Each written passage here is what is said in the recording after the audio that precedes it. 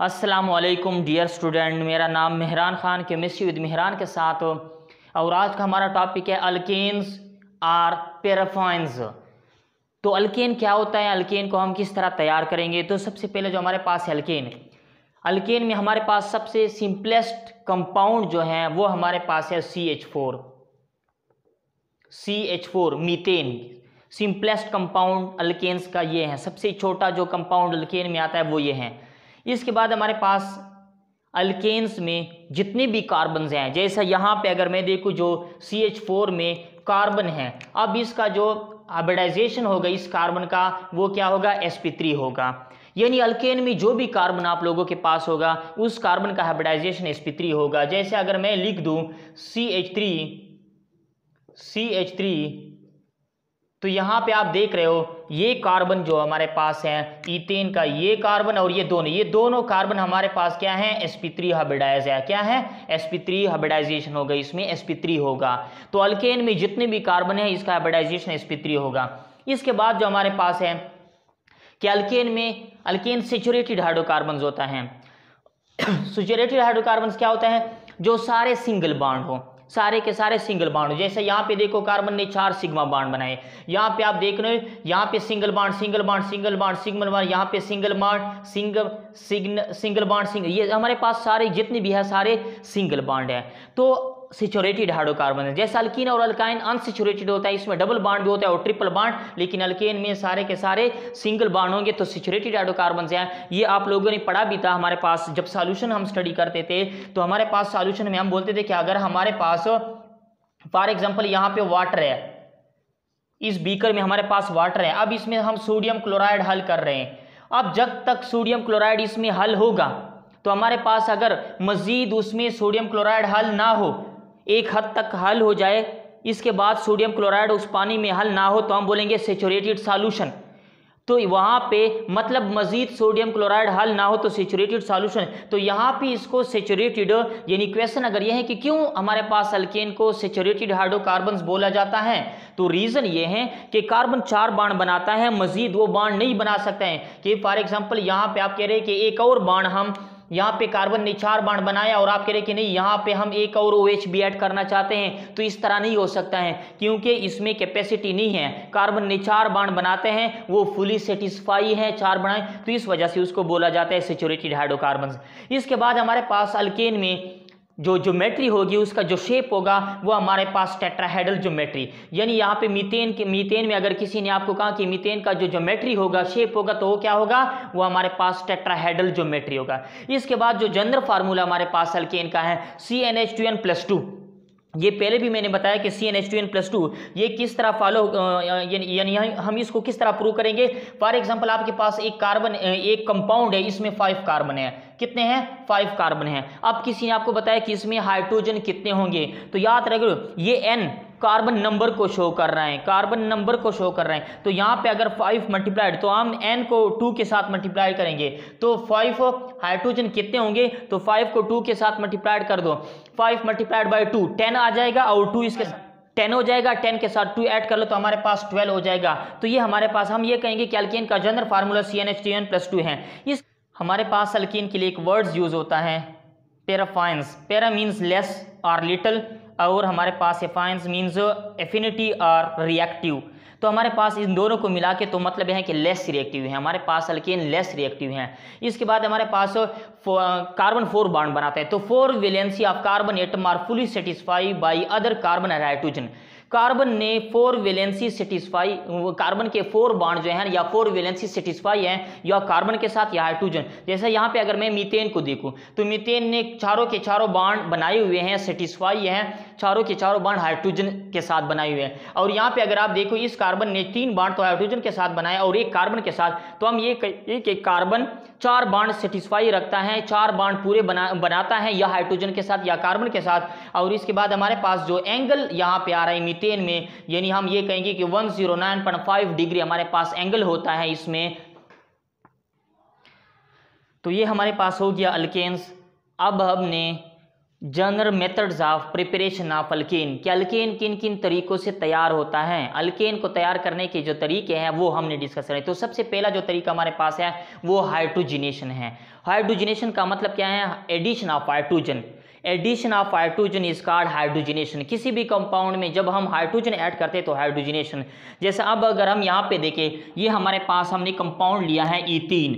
याद रखो हम डबल बॉन्ड में ईथीन है, डबल बॉन्ड या ट्रिपल बॉन्ड में एडिशन कर सकते हैं। तो हमारे पास ईथीन है, ईथीन में हम हाइड्रोजन ऐड करेंगे।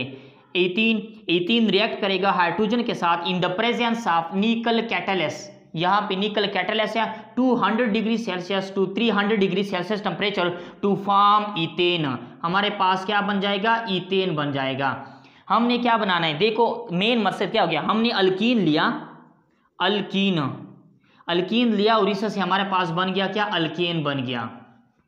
क्योंकि अल्कीन में डबल बॉन्ड होता है मौजूद है और अल्केन में हमारे पास सिंगल बॉन्ड होता है। तो ये होता किस तरह है? ये असल में ये होता है कि ये निकल कैटलिस्ट है, निकल कैटलिस्ट। ये हाइड्रोजन के साथ निकल कैटलिस्ट की सरफेस, यानी फॉर एग्जांपल अगर मैं बोलूँ कि ये हमारे पास एक निकल कैटलिस्ट सरफेस है, निकल कैटलिस्ट है, निकल क्या है हमारे पास? कैटलिस्ट है, कैटलिस्ट। तो ये निकल कैटलिस्ट है, इसके ऊपर हमारे पास ईथीन भी आ जाएगा, इसके ऊपर ईथीन भी एडजॉर्ब हो जाएगा और साथ में हाइड्रोजन भी होगा। तो ईथीन का जो डबल बॉन्ड है वो ब्रेकअप हो जाएगा, टूट जाएगा। तो डबल बॉन्ड के टूटने की वजह से और ये बॉन्ड भी आपस में टूट जाएगा, तो एक हाइड्रोजन इधर आ जाएगा, इसके साथ ऐड हो जाएगा डबल बॉन्ड के एक कार्बन के साथ, और इसके बाद दूसरा हाइड्रोजन इधर ऐड हो जाएगा। तो हमारे पास आप देख रहे हो हमारे पास क्या बन जाएगा? ईथेन बन जाएगा। तो हमने ईथीन लिया, ईथीन में हमने हाइड्रोजन को ऐड किया तो हमारे पास ईथेन बन गया। अब अगर हम इथाइन ले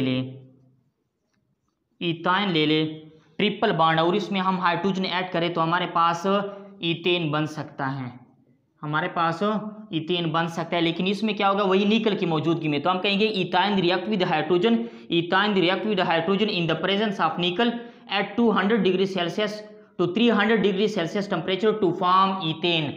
लेकिन इसमें यह होगा कि पहले एक हमारे पास ये 2H2 का मतलब ये है कि हमने 2 हाइड्रोजन लिए हैं, 2 हाइड्रोजन। तो क्या हो जाएगा? पहला हमारे पास ये ट्रिपल बॉन्ड टूट जाएगा, एक हाइड्रोजन हमारे पास इधर आ जाएगा और दूसरा हाइड्रोजन हमारे पास इधर। तो हमारे पास क्या बन जाएगा? इथाइन से बन जाएगा ईथीन। इसके बाद मजीद जो हमारे पास है ये एक हाइड्रोजन तो खर्च हो गया, अब दूसरा हाइड्रोजन है, एक हाइड्रोजन मॉलिक्यूल तो आ गया, इसके बाद दूसरा हाइड्रोजन मॉलिक्यूल। तो इसके लिए ये डबल बॉन्ड ब्रेकअप हो जाएगा, टूट जाएगा। इसके बाद एक हाइड्रोजन इधर आ जाएगा और एक हाइड्रोजन इधर आ जाए। तो हमने क्या कर दिया? इथाइन से हमने इथाइन में जब हमने H2 ऐड किया तो ईथीन बन गया, और जब ईथीन में हाइड्रोजन ऐड किया तो हमारे पास ईथेन बन गया। अनसेचुरेटेड से हम सेचुरेटेड की तरफ जा रहे हैं, अनसेचुरेटेड से हम सेचुरेटेड की तरफ जा रहे हैं। अल्काइन में एडिशन करके अल्कीन में एडिशन करके अल्केन बन रहा है।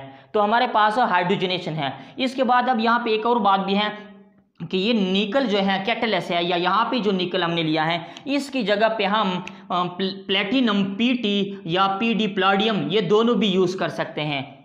तो अगर हम ये दोनों यूज़ करेंगे तो हम ये रिएक्शन रूम टेम्परेचर पर भी कर सकते हैं। देखो 200 डिग्री सेल्सियस टेम्परेचर और 300 डिग्री सेल्सियस टेम्परेचर बहुत ज़्यादा टेम्परेचर हैं, लेकिन ये कब? जब हम निकल लेंगे। लेकिन अगर हम क्या ले ले? PT प्लाटिनम या प्लाडियम ले ले तो हमें रूम टेम्परेचर पे ये रिएक्शन कर सकते हैं। लेकिन हम प्लाटिनम या प्लाडियम क्यों यूज़ नहीं कर रहे हैं? क्योंकि वो बहुत ज़्यादा एक्सपेंसिव है। हालांकि अगर हम ये यूज़ करें तो हमें रूम टेम्परेचर पे इतने ज़्यादा टेम्परेचर की ज़रूरत नहीं होगी। और इसके बाद एक और कंडीशन है, अगर आप निकल की बजाय रेनी निकल भी ले ले तो फिर भी आप लोगों को इतनी ज़्यादा टेम्परेचर की ज़रूरत नहीं होगी। अच्छा, हमारे पास ये जो हाइड्रोजनेशन है ये इंडस्ट्रियल में भी यूज़ हो रहा है, इंडस्ट्रियल एप्लीकेशन भी है। जैसे आप लोग जानते हो कि हमारे पास वेजिटेबल ऑयल होता है, वेजिटेबल ऑयल से वेजिटेबल घी बनता है, लेकिन कब? जब हम हाइड्रोजनेशन करते हैं। तो हम सिंपली ये करेंगे कि जब हम वेजिटेबल ऑयल की हाइड्रोजनेशन करेंगे तो हमारे पास वेजिटेबल घी बनेगा, और हमारे पास वेजिटेबल ऑयल जो है वो आप देख रहे हो हमारे पास अनसैचुरेटेड हाइड्रोकार्बन होगा। क्या होगा? अनसैचुरेटेड हाइड्रोकार्बन, मतलब इसमें डबल बॉन्ड भी हो सकता है और ट्रिपल बॉन्ड भी हो सकता है, अनसैचुरेटेड हाइड्रोकार्बन। और इससे भले वेजिटेबल घी हमारे पास सैचुरेटेड हाइड्रोकार्बन होगा, मतलब अल्केन की तरफ हम जाएंगे कि इसमें हमारे पास क्या होते हैं? सिंगल बॉन्ड होते हैं। इसके बाद मेन बात जो उसमें ये है कि हमारे पास वेजिटेबल ऑयल ये लिक्विड में होता है, ये हमारे पास लिक्विड होता है, ये लिक्विड होता है, और ये हमारे पास क्या होता है? सॉलिड। वेजिटेबल घी हमारे पास सॉलिड। अब अगर हम मेल्टिंग पॉइंट, बॉइलिंग पॉइंट की बात कर ले तो हमारे पास इसका जो मेल्टिंग पॉइंट है, मेल्टिंग पॉइंट या बॉइलिंग पॉइंट, इसका क्या होगा? इसका लो होगा।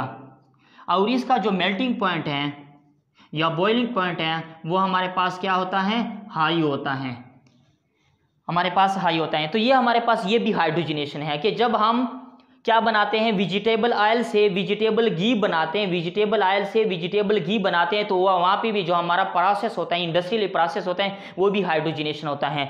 तो आज हमने अल्केन का प्रिपरेशन ऑफ अल्केन किया। प्रिपरेशन ऑफ अल्केन में सबसे पहले हमने हाइड्रोजनेशन किया। हाइड्रोजनेशन में क्या होता है? एडिशन ऑफ हाइड्रोजन होता है डबल बॉन्ड में या ट्रिपल बॉन्ड में। तो ये हमारे पास हाइड्रोजनेशन है। इंशाल्लाह अगले वीडियो में हमने बाकी जो उसके प्रिपरेशन है वो डिस्कस करेंगे। अल्लाह हाफिज़।